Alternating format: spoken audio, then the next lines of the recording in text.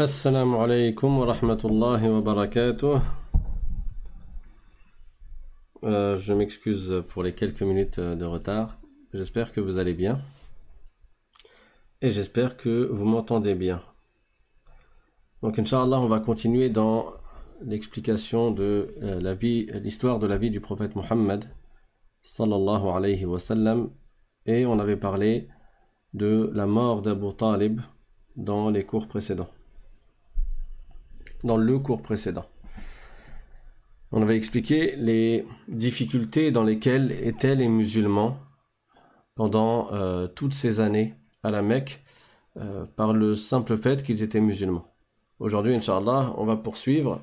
On va revenir un peu en arrière par rapport à la période de l'embargo qu'on avait raconté dans les cours précédents. Bismillahirrahmanirrahim. Alhamdulillahi Rabbil Alamin. وصلى الله وسلم على سيدنا محمد طه الأمين وعلى آله وصحبه الطيبين الطاهرين اللهم لا سهل إلا ما جعلته سهلا وأنت يا حي يا قيوم تجعل الحزن إذا شئت سهلا اللهم علمنا ما جهلنا وذكرنا ما نسينا وانفعنا بما علمتنا وزدنا علما. La louange est à Allah, le Seigneur des mondes, et que l'honneur et l'élévation en degrés soient accordés au prophète Muhammad sallallahu alayhi wa sallam. Nous demandons à Allah qu'il nous fasse apprendre ce que nous ignorons, qu'il nous fasse nous rappeler de ce que nous avons oublié et qu'il nous augmente en connaissance. Et nous lui demandons de nous préserver de l'état des gens de l'enfer, et nous demandons à Allah de nous accorder une intention sincère dans l'apprentissage, la transmission et l'application de la science de l'islam. Donc, quand les injustices se sont multipliées à l'encontre des musulmans, et ça avant même que l'embargo commence, pendant toutes les premières années, à partir du moment où le prophète sallallahu alayhi wa sallam a appelé à l'islam. Les compagnons subissaient beaucoup d'injustices et certains étaient torturés. Au bout d'un moment, les tortures étaient tellement multipliées, c'était tellement dur pour les musulmans que le prophète sallallahu alayhi wa sallam a dit à des compagnons d'émigrer. Et c'était pas l'émigration vers Médine encore, mais c'était ce qu'on appelle la première émigration dans laquelle le prophète sallallahu alayhi wa sallam n'y était pas. Le prophète était resté à la Mecque. Mais la première émigration, elle a eu lieu en Abyssinie. Certains musulmans, et ils n'étaient pas nombreux, ils sont partis pour être protégés de toutes ces souffrances et de toutes ces persécutions. Ils sont partis en Abyssinie, c'est la région dans laquelle, à notre époque, il y a l'Éthiopie et les différents pays qui sont autour. Donc le prophète, sallallahu alayhi wa sallam, il a dit à ses compagnons d'émigrer en Abyssinie. Il a dit « لَوْ خَرَجْتُمْ إِلَى أَرْضِ الْحَبَشَةِ فَإِنَّ بِهَا مَلِكًا لَا يُظْلَمُ عِنْدَهُ أَحَدٍ » C'est-à-dire, vous pouvez aller dans la terre de Al-Habasha, l'Abyssinie, parce qu'il y a là-bas un roi auprès de qui personne ne subit d'injustice. C'est-à-dire que ce roi n'est pas injuste. Il fait en sorte que son peuple vive paisiblement et il n'est pas un tyran. Et le prophète sallallahu alayhi wa sallam leur a dit « Hatta yaj'al Allahu lakum farajan mimma antum fih » C'est-à-dire, allez-y et restez là-bas jusqu'à ce qu'Allah Ta'ala vous délivre de ce dans quoi vous êtes, c'est-à-dire de l'épreuve dans laquelle vous êtes et de ce que vous subissez de la part de vos familles. Parce que, comme je le rappelle, les associateurs de Quraysh s'étaient mis d'accord dans les premières années pour torturer, pour persécuter les musulmans de leur propre clan. C'est-à-dire que chaque clan s'occupait des musulmans de son clan. Pour pas qu'il n'y ait de disputes entre clans. Et que un clan venge une personne, même si elle est musulmane, parce qu'elle fait partie de son clan, alors ils se sont dit, nous, on va s'attaquer, chacun s'attaque aux musulmans de son propre clan. Et donc, c'était la première hégire, la première émigration, et ils n'étaient, comme j'ai dit, ils n'étaient pas beaucoup, certains savants ont dit qu'ils étaient 12 hommes et 2 femmes. Mais il y a divergence entre le nombre sur le nombre exact. Parmi eux, il y avait Uthman ibn Affan, radiyallahu anhu, qui fut par la suite le 3e calife bien guidé. Parmi eux, il y avait également sa femme Ruqayyah, qui était la fille du prophète Muhammad sallallahu alayhi wa sallam. Parce que Uthman, radiyallahu anhu, il s'est marié avec Ruqayya, la fille du prophète sallallahu alayhi wa sallam, et après, quand elle est décédée, le prophète sallallahu alayhi wa sallam lui a donné une autre de ses filles en mariage. Et c'est pour ça que Uthman, on l'appelle Dhun Nurayn, celui qui a les deux lumières, c'est-à-dire celui qui s'est marié avec deux des filles du prophète alayhi salatu wassalam. Il n'y a pas un homme qui a eu cette chance d'épouser deux filles d'un prophète, si ce n'est Uthman ibn Affan radiyallahu anhu. Donc il est parti avec sa femme Ruqayya. Il y avait aussi Abdurrahman ibn Auf, et je rappelle que Uthman ibn Affan et Abdurrahman ibn Auf, ils font partie des 10 meilleurs compagnons du prophète sallallahu alayhi wa sallam. Des 10 qui ont reçu la bonne nouvelle qu'ils iraient au paradis. Ils ont reçu la bonne nouvelle dans une même assemblée. C'est-à-dire que le prophète sallallahu alayhi wa sallam, dans la même assemblée, il a annoncé que Abu Bakr allait entrer au paradis. Ensuite, il a dit que Omar allait entrer au paradis. Ensuite, il a dit que Uthman ibn Affan allait entrer au paradis. Ensuite, il a dit que Ali ibn Abi Talib allait entrer au paradis. Il en a cité 10 comme ça. Et parmi eux, il y avait Abdurrahman ibn Auf, il y avait Uthman ibn Affan radiyallahu anhuma. Et dans cette première émigration, il y avait aussi Az-Zubayr ibn al-Awwam, qui lui aussi fait partie des 10 meilleurs compagnons qui ont reçu la bonne nouvelle. Ce qu'on appelle en fait Al-Asharatul Mubashsharun bil Jannah. Ça ne veut pas dire que le prophète sallallahu alayhi wa sallam n'a annoncé la bonne nouvelle de l'entrée au paradis que à ces 10-là, mais ces 10-là sont les plus connus parce que déjà ils l'ont reçu dans une même assemblée et ensuite ce sont les 10 meilleurs compagnons du prophète sallallahu alayhi wa sallam. Il y avait aussi Mus'ab ibn Umayr. On a déjà parlé de Mus'ab, il fait partie des premiers à être entrés en islam parmi les compagnons. Et il y avait Abu Hudhayfa et sa femme. Et d'ailleurs, j'ai déjà parlé de Abu Hudhayfa. Abu Hudhayfa et sa femme, quand ils sont arrivés en Abyssinie, ils ont eu un enfant là-bas, ils l'ont appelé Muhammad. Et ils font partie des premiers. Après l'appel à l'islam du prophète Muhammad sallallahu alayhi wa sallam, ils font partie des premiers à avoir appelé leur enfant Muhammad.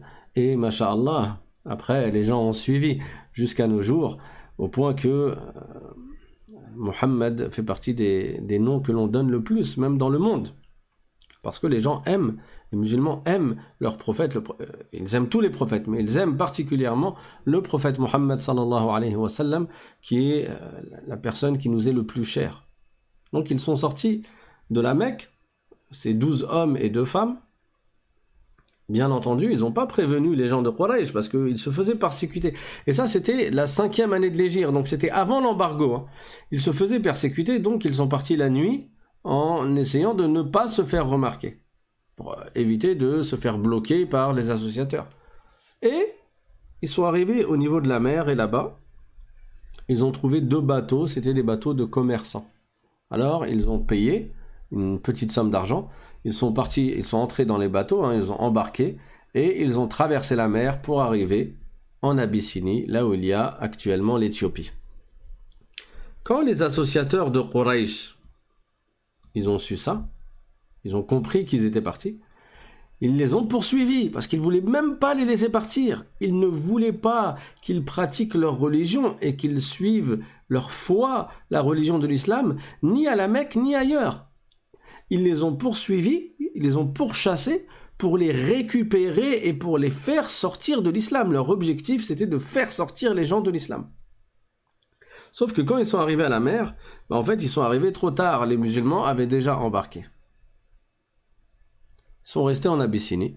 Ils sont restés là-bas pendant une certaine période. Tout allait bien pour eux, alhamdoulilah, jusqu'au jour où ils ont entendu que les associateurs de la Mecque, ils avaient arrêté de nuire aux musulmans et qu'ils s'étaient même convertis à l'islam.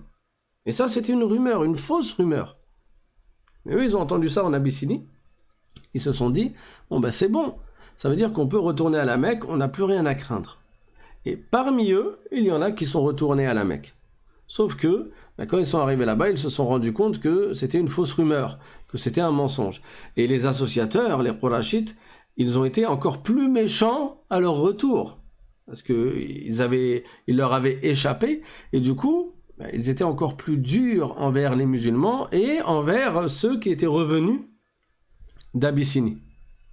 Ils avaient appris que le roi d'Abyssinie, Ashamatun Najashi, il n'avait pas été méchant avec eux, c'est-à-dire que eux ils ont vécu sur ces terres sans subir aucune injustice, ils n'ont pas subi de mal, et donc ça les a irrités, les Qurayshites, et ils les ont attaqués encore plus. Et là, le prophète sallallahu alayhi wa sallam, il leur a donné l'autorisation de faire une deuxième émigration au même endroit, en Abyssinie, parce que le roi ne commettait pas de tyrannie et d'injustice envers son peuple, et il ne commettait pas de tyrannie envers qui que ce soit.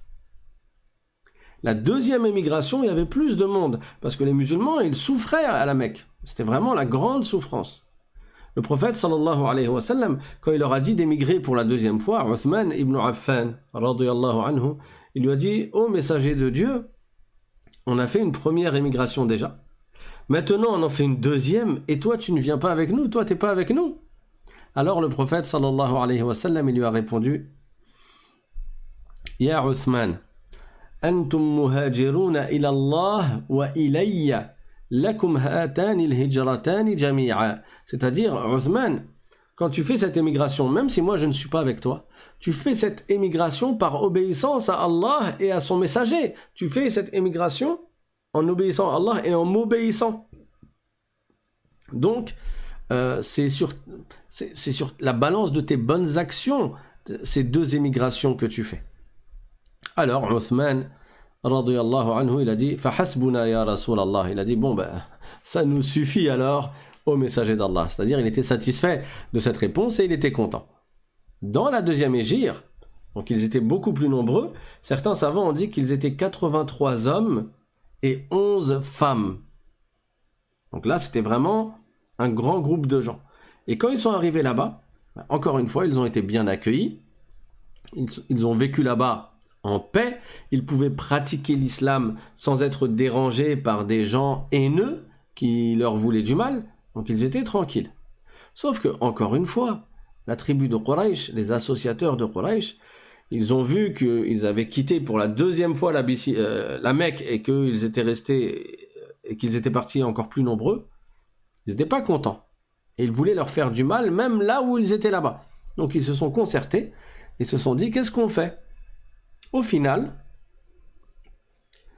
ils ont décidé d'envoyer 2 personnes pour aller parler directement au roi d'Abyssinie, qui s'appelle Ashamah an-Najashi, et de lui demander de leur livrer les musulmans. Le simple fait de savoir que des musulmans vivaient en paix, ça les insupportait. Ils avaient la haine. Donc ils ont envoyé des cadeaux pour le roi avec ces 2 personnes. Et ces 2 personnes, c'était Amr ibn al-As et Umarat ibn al-Walid. Umarat ibn al-Walid, on en a déjà parlé.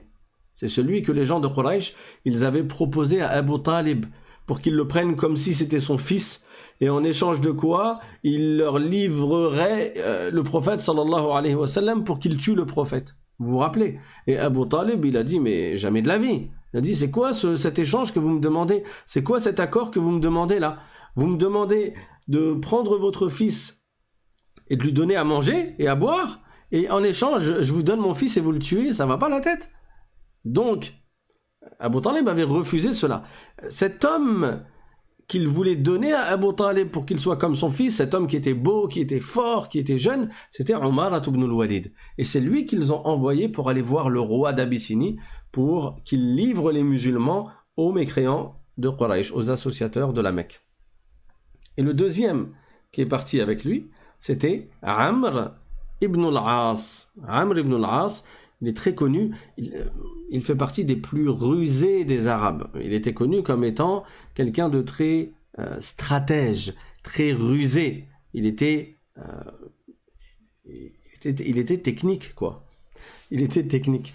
Et par la suite, Amr ibn al-As, bien sûr, il est entré en islam et il a fait de grandes choses en islam. On le verra, Inch'Allah, dans la suite de l'histoire. Mais à cette période-là, Amr ibn al-As, c'était un mécréant, un associateur, et il connaissait personnellement le roi d'Abyssinie, parce qu'il partait en voyage régulièrement pour faire du commerce, et donc il avait l'occasion de voir le roi, il lui ramenait des cadeaux, etc., etc. Donc, il avait un bon lien avec le roi d'Abyssinie. C'est pour ça qu'ils ont choisi d'envoyer Amr ibn al-As en particulier. Et en plus, il savait parler. Donc, ils ont dit à Omar ibn al-Walid et à Amr ibn al-As, avant même de parler au roi, vous allez offrir tous les deux des cadeaux à tous les prêtres qui sont autour du roi, ses conseillers. Parce que comme ça, ils seront de votre côté et ils pourront l'influencer en notre faveur. Et après avoir offert des cadeaux à tous les prêtres et les curés qui sont à côté, vous allez voir Ashamatun Najashi, le roi, et vous lui offrez des cadeaux à lui aussi. Et ils lui ont préparé les plus beaux des cadeaux qu'ils avaient, et eux ils savaient ce que Ashamatun Najashi aimait comme cadeau. Et donc ils ont vraiment préparé la crème de la crème des cadeaux qu'ils pouvaient lui offrir. Et chacun, il a mis sa main à la poche, chacun a participé parmi les dignitaires mécréants associateurs de Quraysh pour ces cadeaux-là.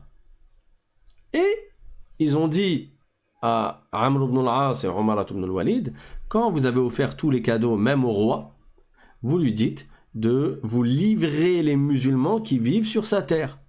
Dites-lui que les musulmans, en fait, ceux qui sont chez lui, là, les Arabes qui sont chez lui, ils ont une nouvelle religion que nous, on ne connaît pas. Ils ont quitté notre religion. C'est même pas pour aller dans votre religion, c'est-à-dire le christianisme, parce que Ashamatun Najashi était chrétien. Et ceux qui étaient autour de lui, c'était des chrétiens. Cette région était une région où les gens qui y vivaient étaient chrétiens. Donc, ils leur ont dit, vous allez lui dire, non seulement ils ont quitté notre religion, mais c'est même pas pour aller suivre la vôtre. C'est pour faire autre chose. Ils sont partis dans une nouvelle religion qu'on ne connaît pas. Et dites-leur que les dignitaires de notre peuple, de notre tribu, ça veut dire les grands de chez nous, ils te demandent de nous laisser les reprendre chez nous, comme ça nous on va s'en occuper, parce que nous on les connaît mieux, et on sait ce qu'ils ont fait comme tort. Donc Omar ibn al-Walid et Amr ibn al-As, ils sont partis en Abyssinie, et ils ont fait exactement ce qui était prévu, ce qu'ils avaient organisé, ce qu'on leur avait dit de faire. Donc ils ont d'abord offert les cadeaux aux différents prêtres qui conseillaient le roi. Après, ils sont partis voir le roi. Ils se sont prosternés pour lui et ils ont offert des cadeaux au roi. Et lui ont dit, il y a des gens mauvais de chez nous qui sont venus sur tes terres et ils habitent chez toi, ils habitent dans tes terres. Ils ont quitté notre religion, ils ont quitté leur religion. Ils ne sont pas entrés dans ta religion, ils ont une nouvelle religion.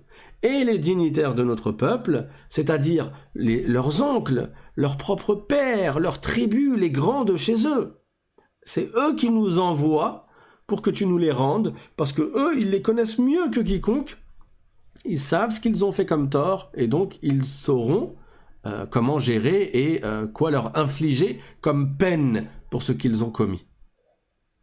Et la chose que Amr ibn al-As et Omar ibn al-Walid ils craignaient le plus, c'est que Ashamatun Najashi, il écoute les propos des musulmans, qu'il écoute la version des musulmans. Et particulièrement de l'un d'entre eux qui s'appelle Ja'far ibn Abi Talib. Et c'était le cousin du prophète sallallahu alayhi wa sallam, et il faisait partie de cette deuxième émigration. Dans la deuxième émigration, il était dedans. Ja'far, c'est le frère de Ali ibn Abi Talib radiyallahu anhu. C'est un grand homme en islam, c'est un grand héros.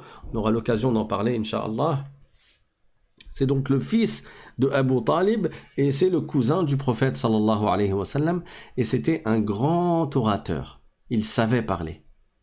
Et donc, Al-Najashi, il pouvait être convaincu par Ja'far si il venait à écouter Ja'far. Donc c'est pour ça que Amr ibn al-As, il avait peur de cela. Il ne voulait pas que le roi écoute les musulmans. Donc, quand ils ont dit ce qu'ils ont dit, ils avaient soudoyé les prêtres avant. Donc les prêtres, ils ont parlé dans leur sens. Ils avaient reçu les cadeaux, les prêtres. Donc ils ont dit eux aussi au roi, ils ont dit, mais c'est vrai ce qu'ils disent ces deux-là. C'est leur peuple. Ils savent mieux que quiconque le tort qu'ils leur ont causé. Donc, livre-leur les gens de leur tribu, livre aux gens de la Mecque les Arabes qui sont venus, qui viennent de chez eux, et comme ça ils s'occupent d'eux. Et là, Al-Najashi, le roi, il avait de la sagesse. Il a dit, ils sont où ces gens-là? On lui a répondu, ils sont sur tes terres.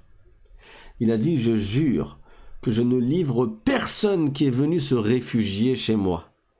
Je ne livre personne qui m'a choisi moi comme voisin plutôt que quelqu'un d'autre. Jusqu'à ce que je leur parle. C'est moi, je vais les interroger. Je les interrogerai moi-même. Et si c'est comme vous dites, alors je vous les livre pour que vous les emmeniez à votre peuple. Mais si c'est pas comme vous dites, alors c'est moi qui serai leur protecteur. Et c'est moi qui ferai en sorte qu'aucune nuisance ne les touche. C'est moi qui empêcherai qu'ils ne subissent de nuisance. Et vous voyez bien l'honnêteté de cet homme-là. Et le prophète, sallallahu alayhi wa sallam, par révélation, il avait dit à ses compagnons, فَإِنَّ بِهَا مَلِكًا لَا يُظْلَمُ عِنْدَهُ أَحَدٌ. Il y a là-bas un roi qui n'est pas un tyran, qui ne commet pas d'injustice envers les gens, qui n'est pas mauvais envers son peuple.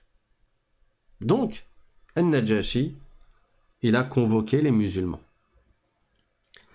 Et les musulmans, quand ils ont appris ça, ils étaient inquiets quand même, parce qu'ils vivaient paisiblement là-bas, et là ils apprennent qu'ils sont convoqués par le roi, parce qu'il y a des associateurs de la Mecque qui sont venus les chercher.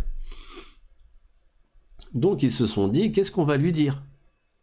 Et là, parmi eux, il y en a qui ont répondu, on lui dira ce que le prophète nous a dit. Ce que le prophète nous a appris, c'est comme ça qu'on répondra. Et advienne que pourra, arrivera ce qui arrivera. Et là, Ja'far, donc le fameux Ja'far ibn Abi Talib, radiyallahu anhu, il a dit Ana khatibukum al-yawm. Il a dit aujourd'hui, c'est moi votre khatib, c'est moi qui parlerai en votre nom. Ça veut dire personne ne parle à ma place, laissez-moi lui parler. An-Najashi, qu'est-ce qu'il a fait? Il a appelé les prêtres et les évêques pour qu'ils assistent. Il a convoqué donc les musulmans. Et il y avait Amr et Umar, les deux qui étaient associateurs. Quand les musulmans sont entrés et Ja'far était à leur tête, ils ne se sont pas prosternés. Et là, les évêques, ils ont profité de l'occasion. Directement, ils ont dit à Ja'far, pourquoi tu ne te prosternes pas pour le roi? Et Ja'far, il est quand même en face du roi. Donc déjà, il subit une première attaque avant que ça commence. Qu'est-ce qu'il leur a dit? Il a répondu Inna la nasjudu illa lillahi azza wa jal. Il a dit nous ne nous prosternons que pour Allah azza wa jal. Observez le courage. Il est devant un roi. Il risque de se faire tuer. Il risque de mourir. Il risque d'être emmené à nouveau à la Mecque pour se faire torturer. Mais il ne dépasse pas les limites de sa foi. Il ne dépasse pas les limites de Ash-Shara', de ce qu'Allah Ta'ala a révélé à son prophète. Et Allah a révélé à son prophète U'budullaha la tushriku bihi shay'a. Adorez Allah uniquement et ne lui associez rien. Donc, tu ne te prosternes pas pour autre que Dieu. Même pas pour un roi. Et Ja'far, il a dit Inna la nasjudu illa lillahi azza wa jal. On ne se prosterne que pour Allah. Alors An-Najashi, il a parlé. Il a dit c'est quoi cette religion dans laquelle vous êtes entrés et par laquelle non seulement vous avez quitté la religion de votre peuple, mais vous n'êtes même pas rentré dans notre religion, ni dans une autre religion qui est pratiquée dans les différents pays. Et là, Ja'far, l'orateur, le vertueux, le wali, qu'est-ce qu'il a répondu? Il a dit Ayyuhal Malik. Ce sont des phrases qui ont été rapportées depuis cette époque-là et qui sont très fortes de sens, qui sont très belles et qui montrent, masha'Allah, non seulement son éloquence, mais en plus sa sagesse dans sa réponse et son intelligence. Il a dit Ayyuhal Malik. Ô toi le roi. Kunna qawman ahla jahiliya. Il a dit nous étions un peuple dans l'obscurantisme, c'est-à-dire on adorait des idoles, on était des associateurs. Il a dit na'budul awthan wa na'kulul mayta. On adorait des statues, des idoles. On mangeait la viande de cadavres qui n'est pas égorgée. Wa na'til fawahish. On commettait des actes ignobles.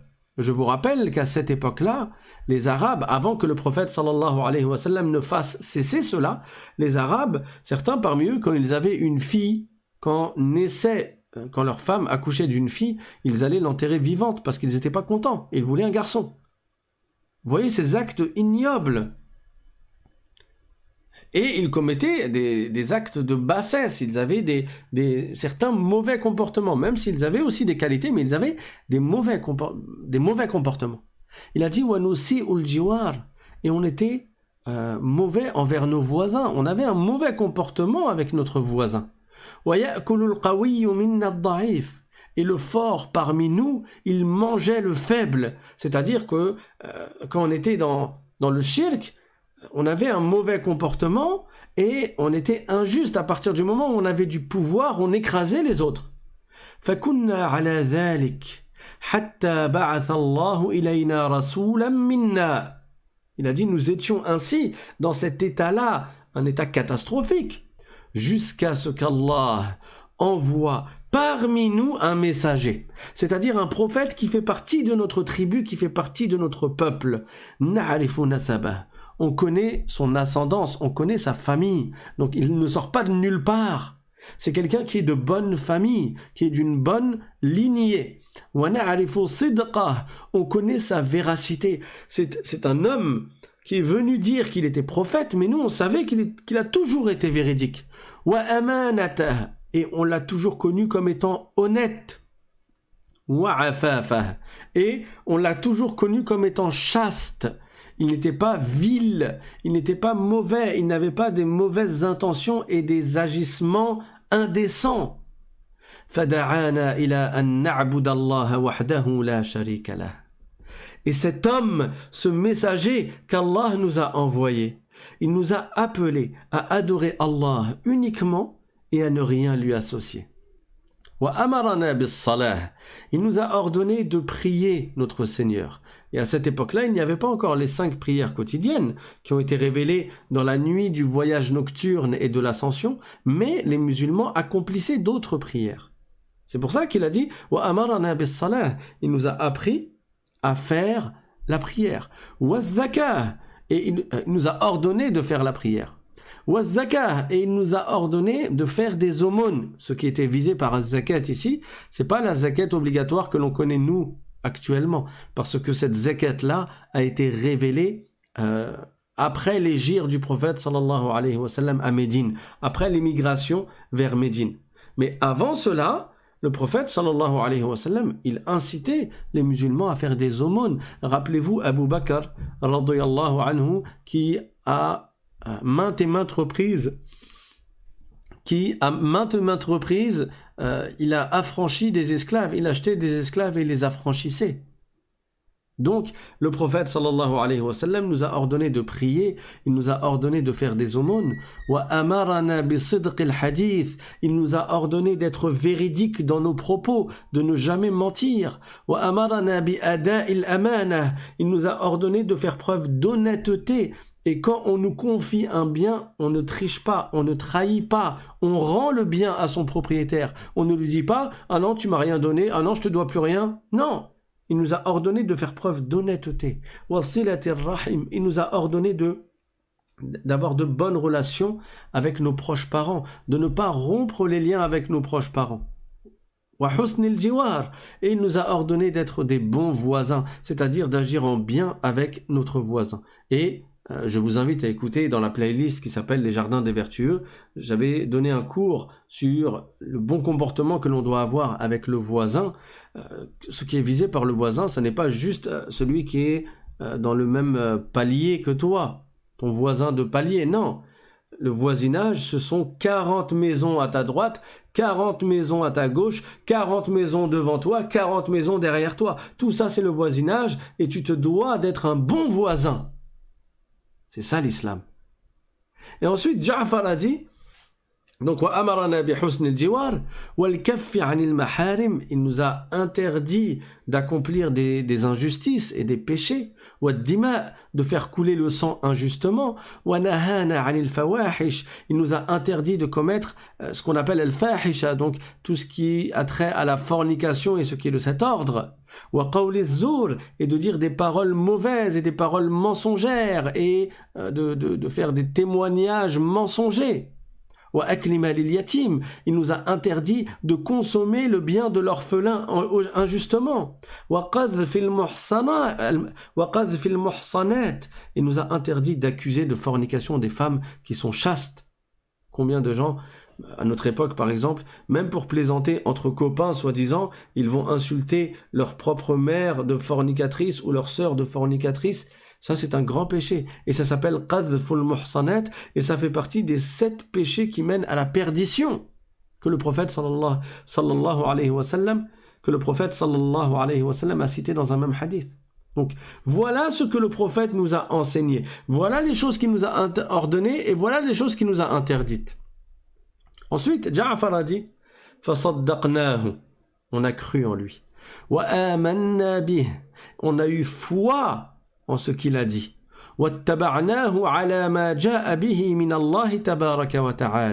Et on l'a suivi dans le message qu'il nous a apporté de la part d'Allah tabaraka wa ta'ala.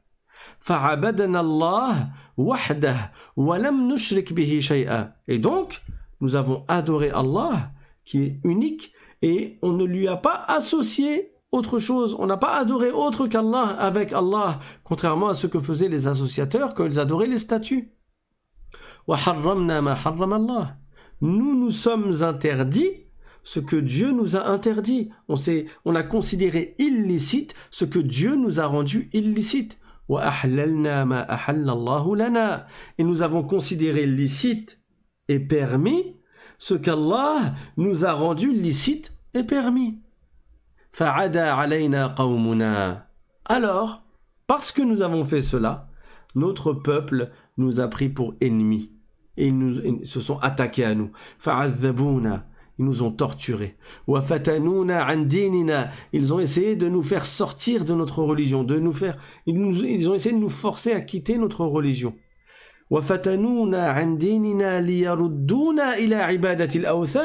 Ils nous ont forcés, ils ont essayé de nous rendre associateurs à nouveau afin qu'on se remette à adorer les statues.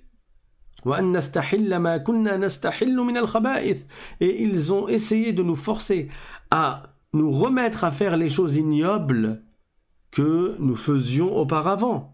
فلما قهرونا وظلمونا وضيقوا علينا وحالوا بيننا وبين ديننا.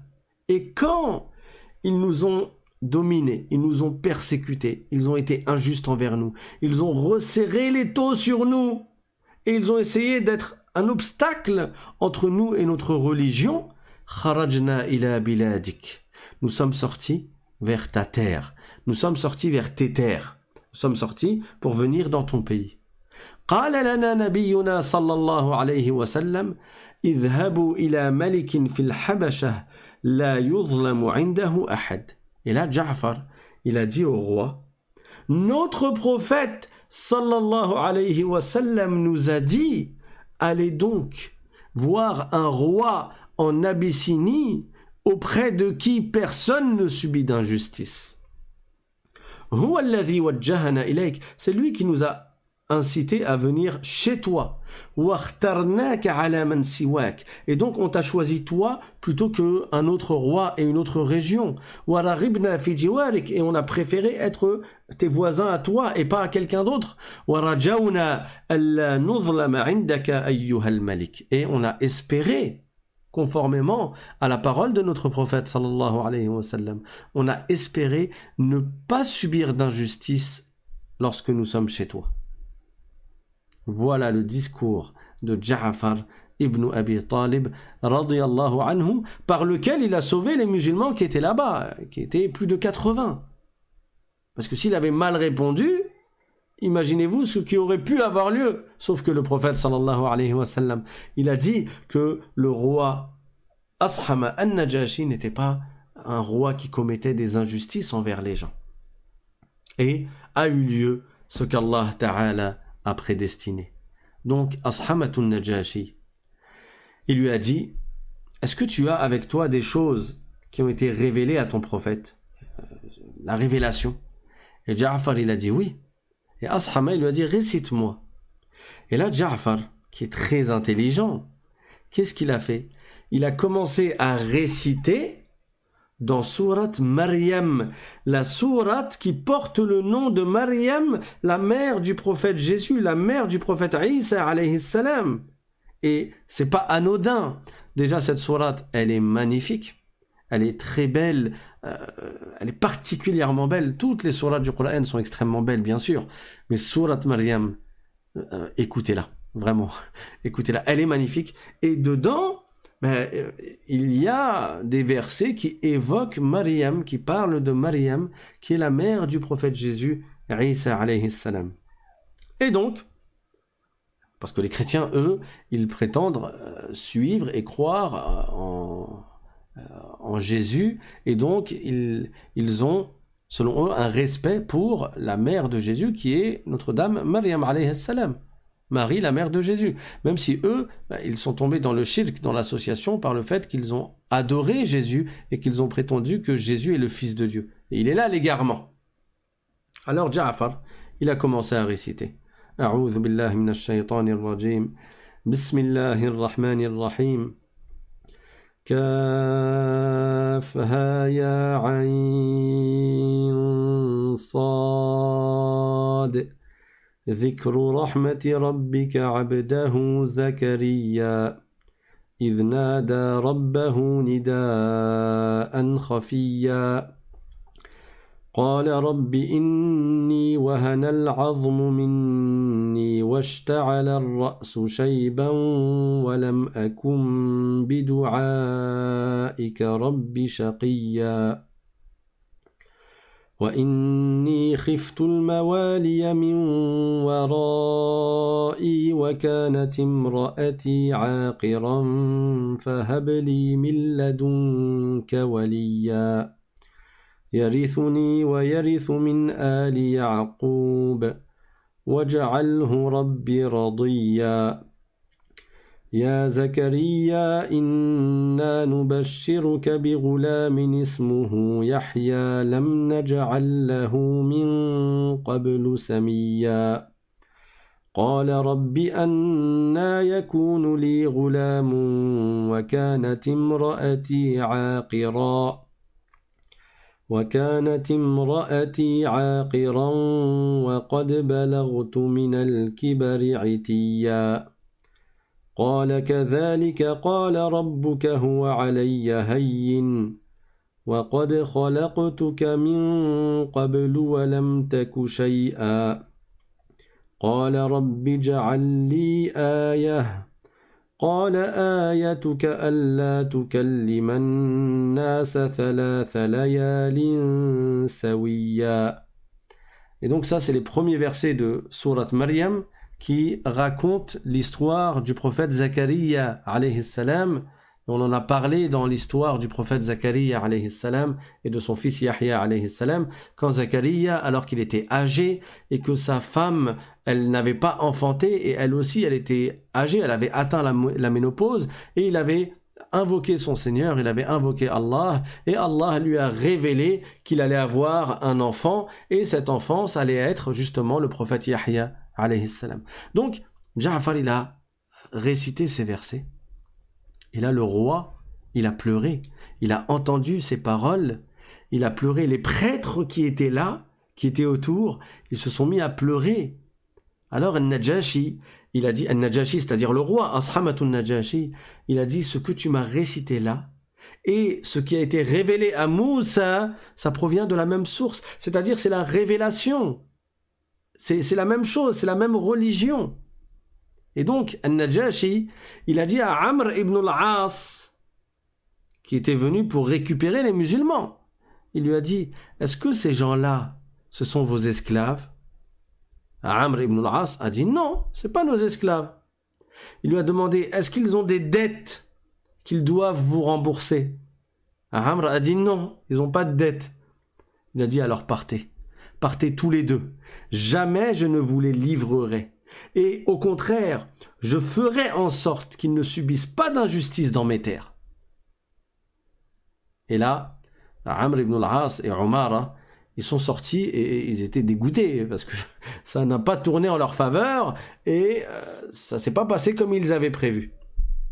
Et Amr ibn al-As, il a dit à Umara ibn al-Walid, je jure que demain, je reviendrai le voir et je vais lui dire des choses sur les musulmans qui sont telles que il va directement les tuer. Ça veut dire ça va être tellement fort ce que je vais dire qu'ils ne vont pas sortir de chez lui vivants. Et là, Umara, qui était venu avec lui pour récupérer les musulmans, il lui a dit non, fais pas ça. Ils font quand même partie de nos arham. Ils ont des liens de parenté avec nous quand même. C'est des gens qui font partie de nos clans, de nos familles. On va pas quand même les faire tuer comme ça. Même s'ils ont divergé sur nous, même s'ils ont divergé avec nous au niveau de la religion, mais c'est quand même notre famille dans un sens. Donc ne va pas jusque-là. Et là, Amr, il a dit, si. Il a dit, je te jure que demain, je vais lui dire que les musulmans, ils disent que Isa, fils de Maryam, c'est un esclave. Alors que les chrétiens, ils disent que c'est le fils de Dieu. Et bien sûr, ça, c'est un égarement. Donc le lendemain, est-ce que j'arrête là le cours? Ça serait pas mal. Ça fait longtemps qu'on n'a pas fait de suspense comme ça. Vous en dites quoi? En plus, on a tardé pour le cours, donc là, il est déjà 9h30. On s'arrête là. Hein.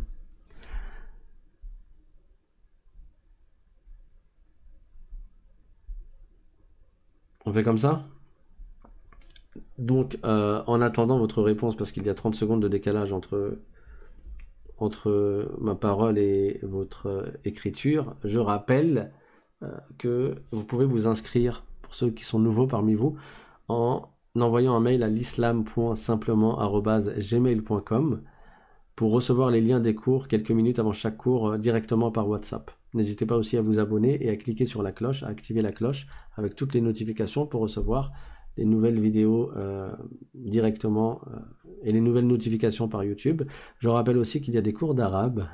Je vois, il y a tout le monde qui écrit non. Donc il y a des cours d'arabe sur la chaîne L'Arabe Simplement qui ont lieu chaque mercredi. Pour ceux qui, parmi vous, veulent apprendre à lire et à écrire l'arabe, vous pouvez assister aux cours précédents. Ils sont déjà en replay dans la chaîne L'Arabe Simplement. Et vous pouvez vous inscrire pour participer également au cours. Bon, ça fait beaucoup de noms. Allez, on va continuer cette fois. Taïb. Alors le lendemain, il est reparti voir An-Najashi. Et il lui a dit, ô roi, ils disent au sujet de Isa quelque chose de grave.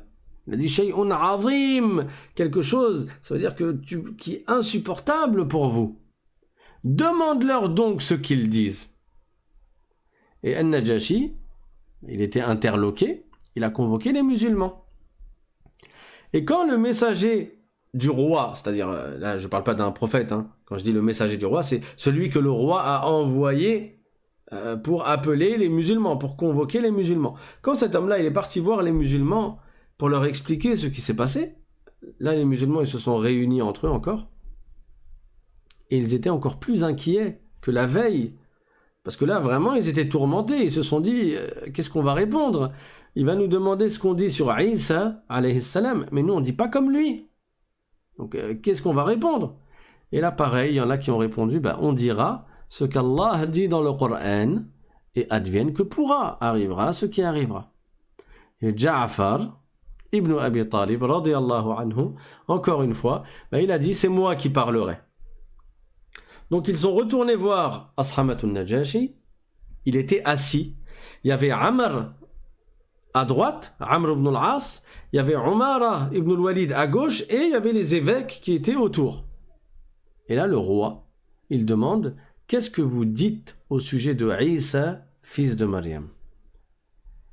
Et Ja'far, il a répondu, Huwa Abdullah Parce que c'est ça que, c'est cette parole que voulait utiliser Amr ibn al-As contre les musulmans. C'est le fait qu'il dit c'est un esclave de Dieu.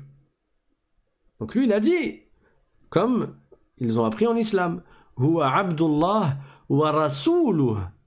Il a dit c'est l'esclave de Dieu et son messager. Quand on dit esclave de Dieu, ça veut dire c'est une créature de Dieu. C'est pas son fils. Il a été créé, toute chose a été créée par Allah. Donc il a dit c'est l'esclave d'Allah et son messager. Wa kalimatuhu alqaha ila Maryam.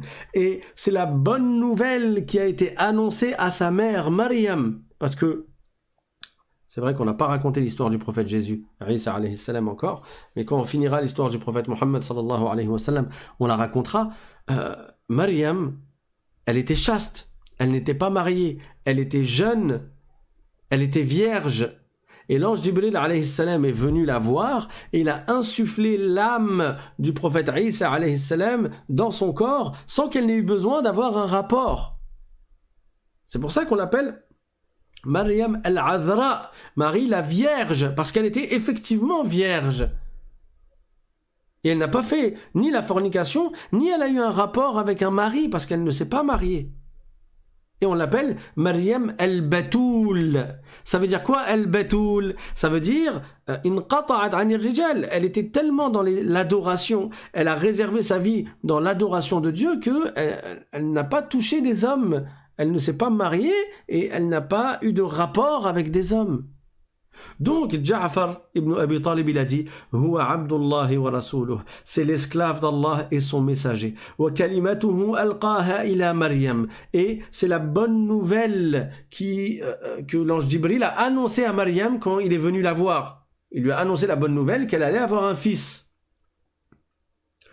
Après, il a dit Wa ummuhu Maryamul Azra.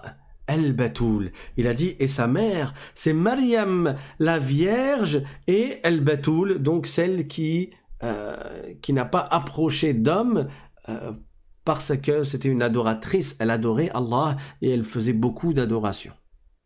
Alors, Al-Najashi, il a pris un bout de bois qui était par terre, il a frappé la terre, il a pris un bout de bois et il a dit, Isa n'est pas plus que ce que tu as dit à son sujet.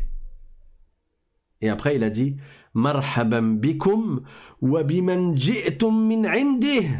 Il a dit bienvenue à vous et bienvenue à celui de chez qui vous venez, c'est-à-dire bienvenue à votre prophète.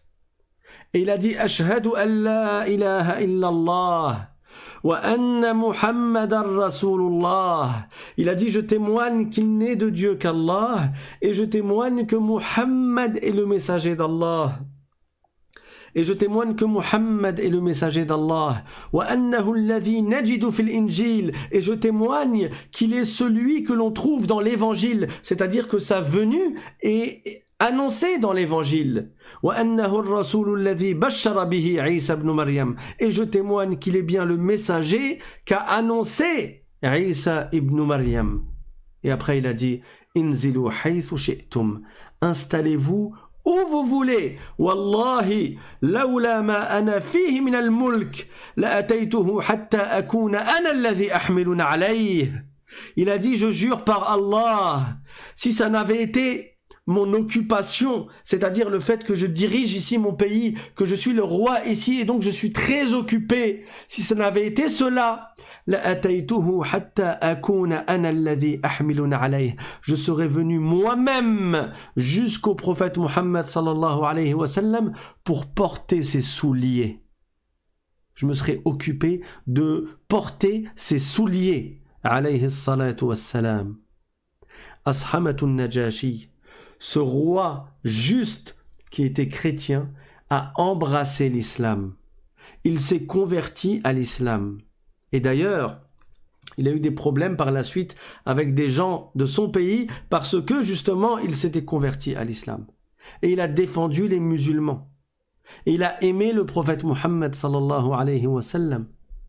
Au point que des années après, quand il est décédé, le prophète Muhammad sallallahu alayhi wa sallam a reçu la révélation. Et il a dit à ses compagnons, Mat al-yawm rajulun salih. C'est-à-dire, aujourd'hui est mort un homme vertueux, parce que Ashamat al-Najashi, il a atteint al-wilaya, la sainteté. Il est devenu un wali. Et le prophète sallallahu alayhi wa sallam a dit à ses compagnons, فَقُومُوا فَصَلُّوا عَلَى أَخِيكُمْ أَصْحَمَا. Alors levez-vous donc pour que l'on prie la prière funéraire en faveur de votre frère Ashama. Donc il faut faire attention à ce qui est écrit dans certains livres, dans lesquels il est écrit que c'était un vertueux, mais sans préciser qu'il était entré en islam. Et donc, dans certains livres, il y a cette confusion qui laisse croire aux gens qu'il était chrétien, qui croyait que Jésus est le Fils de Dieu, mais que quand même c'était un vertueux et que le prophète l'a appelé mon frère. Non, le prophète l'a appelé mon frère parce qu'il est entré en islam, parce qu'il a été guidé, parce qu'il était croyant. Il ne croyait pas que Jésus est le Fils de Dieu. Il a témoigné qu'il n'est de Dieu que Dieu et que Mohammed est le messager de Dieu. Et il aurait même souhaité voir le prophète Mohammed sallallahu alayhi wa sallam pour porter ses souliers. Et il mettait le prophète au-dessus de sa tête, c'est-à-dire il avait un profond respect pour le prophète Mohammed sallallahu alayhi wa sallam et il était musulman. Donc, il a dit à ce moment-là aux compagnons du prophète sallallahu alayhi wa sallam, installez-vous où vous voulez. Il leur a offert à manger, il leur a donné de quoi se vêtir, il leur a offert des habits. Et il a dit 3 fois, Man sabbakum gharim, man sabbakum gharim, man sabbakum gharim. C'est-à-dire celui-même qui vous insulte, il aura une peine. Il a défendu à ce que les musulmans soient insultés dans son pays. Et il a dit Fama uhibbu anna li jabalan min dhahab wa anni aadhaytu rajulan minkum. Il a dit à Ja'far et à ceux qui étaient avec lui, je ne souhaiterais pas avoir une montagne d'or et en contrepartie vous avoir commis une injustice à votre égard ou vous avoir porté une nuisance. Ça veut dire même pour une montagne en or, je ne le ferai pas. Je ne vous porterai aucune nuisance. Alors, les deux, Amr ibn al-As et Umara, ils étaient dégoûtés encore une fois. Et Ashamat al-Najashi, il a dit rendez-leur leurs cadeaux à eux deux, j'en ai pas besoin. Et donc ils sont sortis et ils ont repris les cadeaux avec eux. Voilà pour ce qui est des 2 hégyres en Abyssinie, donc la première et la deuxième, qui ont toutes deux eu lieu avant l'émigration, la grande émigration qui est vers Médine. D'ailleurs, quand Ja'far a appris que les musulmans avaient émigré à Médine, par la suite, il est parti à Médine, il a rejoint le prophète sallallahu alayhi wa sallam, et c'était le jour d'une grande victoire des musulmans. Le jour de la victoire des musulmans dans la bataille de Khaybar. Et le prophète sallallahu alayhi wa sallam, tellement il était content de voir Ja'far, qu'il a dit, je ne sais pas, est-ce que je suis joyeux parce que nous avons gagné la bataille de Khaybar ou bien est-ce que je suis joyeux par ta venue? Tellement le prophète sallallahu alayhi wa sallam était content après toutes ces années de retrouver son cousin Ja'far ibn Abi Talib radiyallahu anhu. Donc là on va s'arrêter là pour aujourd'hui incha'Allah. Je vous donne rendez-vous donc mercredi sur la chaîne L'Arabe simplement pour poursuivre les cours de langue arabe et maintenant on est jeudi aujourd'hui. Alhamdulillah. Donc je répète, je vous donne rendez-vous lundi pour le cours sur la croyance musulmane et l'explication du 2e témoignage, le témoignage que Mohammed est le messager de Dieu. Et je vous donne rendez-vous mercredi pour les cours d'arabe sur la chaîne L'Arabe simplement. Barakallahu fikum. On va laisser quelques minutes pour des questions. Il est un peu tard quand même, donc on ne va pas rester longtemps. Alors, je vous rappelle encore une fois de ne pas poser les questions pendant le cours, parce que non seulement je ne les lis pas, mais en plus à la fin j'ai un peu de mal à retrouver vos questions qui sont tout en haut dans la conversation. Donc essayez d'attendre la fin du cours pour poser vos questions. Barakallahu fikum. Donc là du coup je suis en train de chercher dans vos anciennes questions.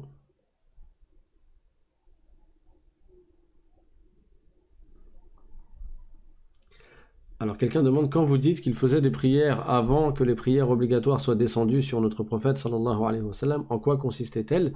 C'était des prières avec des prosternations également. Maintenant, comment avaient lieu ces prières exactement, je ne sais pas. Allahu a'lam. Mais c'était par exemple, il y avait ce qu'on appelle la prière de Al-Atama, la prière qu'il faisait la nuit. Voilà, c'est tout ce que je sais. Il y avait des prières, mais ça n'était pas encore les 5 prières quotidiennes.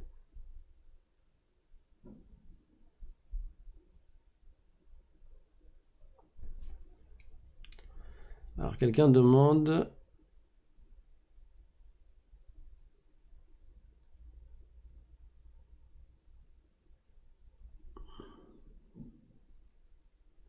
Quelqu'un demande si un musulman a une tristesse, par exemple une maladie, et que ses frères musulmans se moquent de lui, est-ce que c'est bien? Tu connais la réponse, hein, c'est haram de se moquer de ton frère, quel que soit ce qu'il a.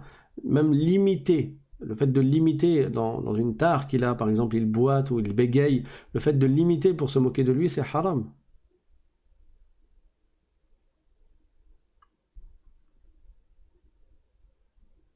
Quelqu'un demande pourquoi ils tuaient les filles à leur naissance. C'était une mauvaise habitude qu'ils avaient prise. Ils avaient un certain orgueil, une certaine fierté. Ils voulaient absolument un garçon. Et donc, si c'était une fille, ils l'enterraient vivante. C'était une très mauvaise habitude. Quelqu'un demande, il n'y a plus cours le samedi. Je vous avoue que le samedi, c'est un peu compliqué pour moi de donner cours.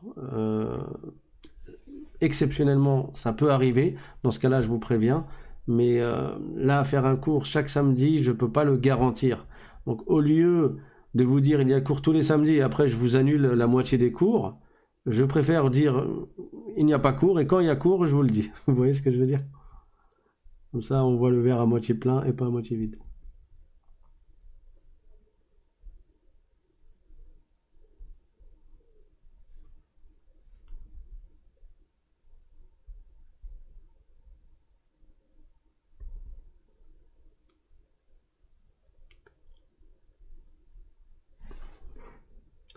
Quelqu'un demande... Alors...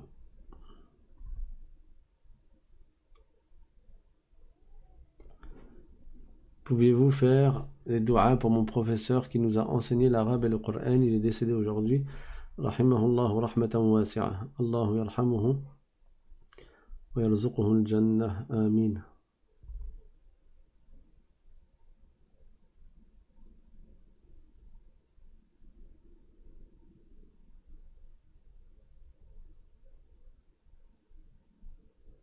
Quelqu'un demande quelqu'un qui n'a pas fait sa prière depuis 1 mois parce qu'il s'est fait opérer. Qu'en est-il? Celui-là, il doit rattraper ses prières et il doit se repentir parce que c'était interdit de délaisser ses prières. Donc il doit regretter, ne plus recommencer, hein, avoir l'intention de ne plus récidiver et en même temps il rattrape les prières qu'il a manquées.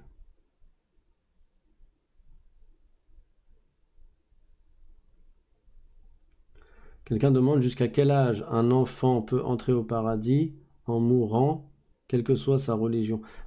Tant qu'il meurt avant la puberté, il n'est pas responsable. Avant la puberté, il n'est pas responsable, et ceux qui ne sont pas responsables n'iront pas en enfer, ils iront au paradis.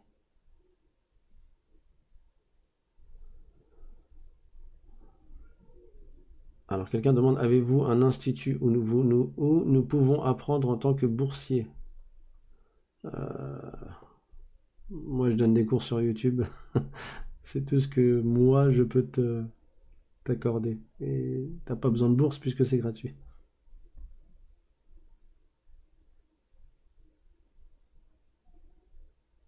Quelqu'un dit, je pars en Umrah la semaine prochaine, auriez-vous quelques conseils? Alors j'ai une demande. Fais-moi des doigts. Apprends le chapitre de la Umrah correctement avant d'y aller. Et ne perds pas ton temps dans les magasins et les marchés, et ceci, cela. Fais beaucoup d'adoration, profite. Les magasins, t'en as dans ton pays. Il y a beaucoup de distractions, malheureusement, à notre époque là-bas. Et ne sois pas dupé. Passe un maximum de temps dans les adorations. Et profite. Et baisse ton regard. Et je ne sais pas si tu pars seul ou en groupe, mais ne parle pas beaucoup sauf pour dire du bien.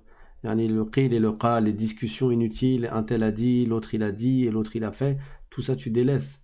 Et tu fais un maximum d'adoration, et tu fais beaucoup de dhikr, et tu médites sur la création de Dieu, et voilà, et tu me fais des doigts, et tu fais des doigts à tous ceux qui écoutent les cours de la chaîne L'Islam simplement. Et tu fais des doigts pour mes parents aussi. Barakallahu fik.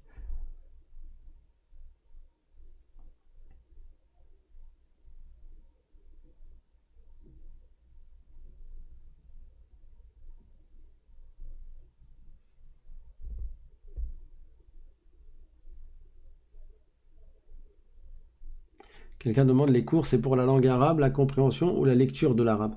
On a commencé par le début, donc la lecture et l'écriture de l'arabe. On n'est pas encore arrivé à la compréhension, à l'explication du vocabulaire, à la grammaire.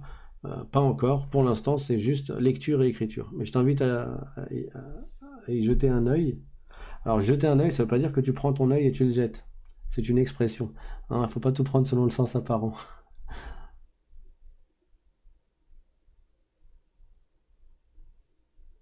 Quelqu'un demande, est-ce qu'une sœur convertie peut demander un frère pour le ziwaj? Oui, ça peut aller dans ce sens aussi. Khadija, c'est elle qui a demandé pour que le prophète sallallahu alayhi wa sallam se marie avec elle.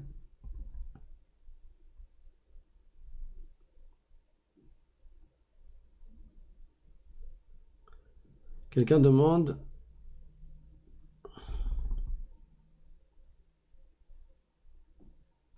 Quelqu'un demande, un homme a-t-il l'obligation de divorcer sa femme si elle fait rarement la prière malgré les nombreux rappels à la prière qu'on lui fait? Une femme qui ne prie pas, c'est une femme qui ne craint pas Allah. C'est une femme qui commet des grands péchés chaque fois qu'elle ne prie pas. Et c'est recommandé, c'est sunnah de la divorcer. Si elle ne craint pas Allah, comment elle va faire avec les enfants? Elle va les éduquer comment? Sans la crainte d'Allah, donc avec des injustices, dans la désobéissance. Comment les enfants vont avoir une bonne éducation alors que leur mère est leur première école? Et bien sûr, c'est pour ça qu'on choisit pour se marier, que ce soit un homme ou une femme, quand tu choisis un partenaire de mariage ou une partenaire de mariage, choisis d'abord en fonction de sa religion et de sa pratique, de sa crainte d'Allah. S'il désobéit à Allah, tu crois que toi, il va faire quoi avec toi? Ou qu'elle va faire quoi avec toi? Si elle ne craint pas Allah, elle va te craindre. Si il ne craint pas Allah, il va craindre de te faire du mal.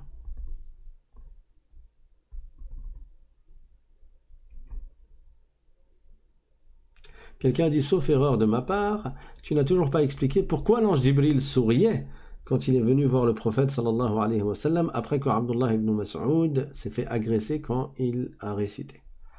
Non, ce n'est pas une erreur de ta part, ce n'est pas encore dans... C'est pas encore. C'est pas encore. Quelqu'un demande combien y a-t-il d'anges? Il y a beaucoup d'anges, ce sont les plus nombreuses des créatures. Ce sont les plus nombreuses des créatures. Allah Ta'ala dit dans le Coran وَمَا يَعْلَمُ جُنُودَ رَبِّكَ إِلَّا هُ, c'est-à-dire seul Allah sait le nombre d'anges qu'il a créés. Barakallahu fikum, on va s'arrêter là. Wa akhiru da'wana anil hamdulillahi rabbil alamin wa sallallahu wa sallama ala sayyidina Muhammad wa ala alihi wa sahbihi at-tayyibin at-tahirin. Subhana rabbika rabbil izzati amma yasifun wa salamun ala al-mursalin walhamdulillahi rabbil alamin. Wassalamu alaykum wa rahmatullahi wa barakatuh.